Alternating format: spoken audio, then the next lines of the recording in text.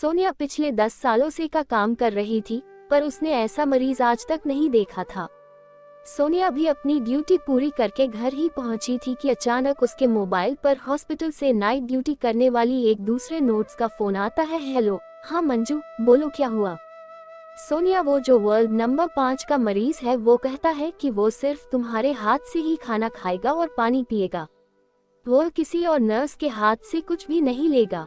ओहो, मैं तो बिल्कुल अभी अभी घर पहुंची और वैसे भी आज माँ की तबीयत ठीक नहीं है। एक काम कर, तो थोड़ा उस मरीज को समझाने की कोशिश कर। सोनिया, हम सब ने कोशिश करके देख ली है पर वह मान ही नहीं रहा है। कहता है जब तक तू नहीं आएगी वह दवाई भी नहीं लेगा। एक काम कर, तू थोड़ी देर के लिए आ जा, फिर जब वह खाना खाकर दवाई ले ले तो तू वापस घर चली जाना। क्या हुआ सोनिया बेटा, तू अभी तो आई है फिर दोबारा हॉस्पिटल जा रही है। हाँ माँ, वह वार्ड नंबर 5 का मरीज है ना, उसको थोड़ी परेशानी हो गई है, इसलिए मंजू अकेले संभाल नहीं पा रही है। एक काम करो, मैं जल्दी आ जाऊंगी, तुमने दवाई लेकर समय से सो जाना, मैं बाहर से लॉक करके जा रही हूँ, अपने आप ताला खोलकर आ जाऊंगी। सोनिया दोबारा हॉस्पिटल पहुँचती है।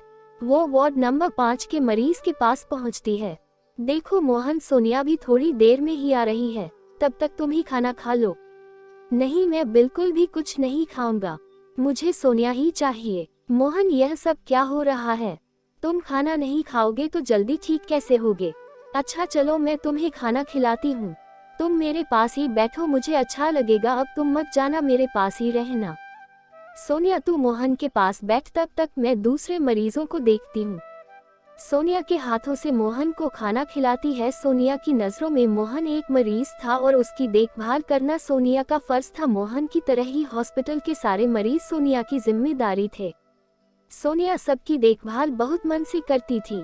सोनिया की देखभाल से मोहन धीरे धीरे ठीक हो रहा था। क्या हुआ, सो गया तेरा मरीज? चले कप कॉफी पीते हैं, फिर तू घर निकल जाना और याद से सुबह 8 बजे तक हॉस्पिटल आ जाना, नहीं तो यह मोहन पूरा हॉस्पिटल सिर पर उठा लेगा। वैसे इस मोहन से संभल कर रहना, मैंने सुना है यह बहुत नामी गुंडा है और यह कई बार जा चुका है। मंजू, इस वक्त मोहन लाचार है, वह एक बहुत बड़े एक्सीडेंट का शिकार हुआ है, उसके जख्म भरने में समय लगेगा, काफी हद तक वह ठीक हो चुका है और जब तक वह ठीक नहीं होता तब तक उसकी देखभाल करना मेरी जिम्मेदारी है। चल अब मैं चलती हूँ, मैं इंतजार कर रही हूँ। ऐसे ही कई दिन बीत जाते हैं। सोनिया मोहन की बहुत देखभाल करती थी। मोहन को सोनिया का देखभाल करना अच्छा लगता था, पर 1-2 दिन से सोनिया कुछ परेशान थी। उसे ऐसा महसूस हुआ कि रात के वक्त उसके साथ कुछ गलत होता है, कोई उसके करीब आता है। पहली बार यह उसे तब लगा जब एक रात नाइट ड्यूटी कर रही थी। मोहन को रात की एक दवाई देनी थी, इसलिए सोनिया वही उसके बराबर में ही एक बेंच पर बैठ गई और उसकी आंख लग गई। सोनिया को महसूस हुआ कि किसी ने उसके बालों को सहलाया है और उसके शरीर पर गलत कर किया है। सोनिया की नींद खुल जाती है और वो घबरा कर बेंच से उठ जाती है। अब मोहन, तुम्हें कुछ चाहिए था, तुम अपने बिस्तर से उठकर यहाँ कैसे आए? चलो चलो अपने बिस्तर पर ले, तो मैं तुम्हें दवाई देती हूँ। तुम बहुत सुंदर हो, तुम्हारे गाल बिल्कुल मक्खन जैसे चिकने हैं। मोहन, तुम्हें यह दवाई लो और सोचो। मैं सुबह सोनिया को मोहन का बर्ताव अच्छा नहीं लगा था, इसलिए वह अगले दिन अपनी जगह मंजू को उसके पास भेज देती है। यह देखकर मोहन गुस्से में आ जाता है। कुछ दिन तक सोनिया मोहन के पास नहीं आती, पर एक दिन मंजू छुट्टी पर थी।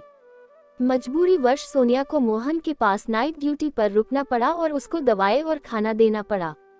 क्या बात है, आजकल तो मेरे से बहुत दूर भाग रही है। मोहन से दूर भागना बहुत मुश्किल है। जो चीज मुझे एक बात पसंद आ जाती है वह मेरी हो जाती है। समझ में आ रहा है, कल से तू मेरी सेवा करेगी, वरना तो जानती नहीं है मैं तेरा क्या हाल करूँगा।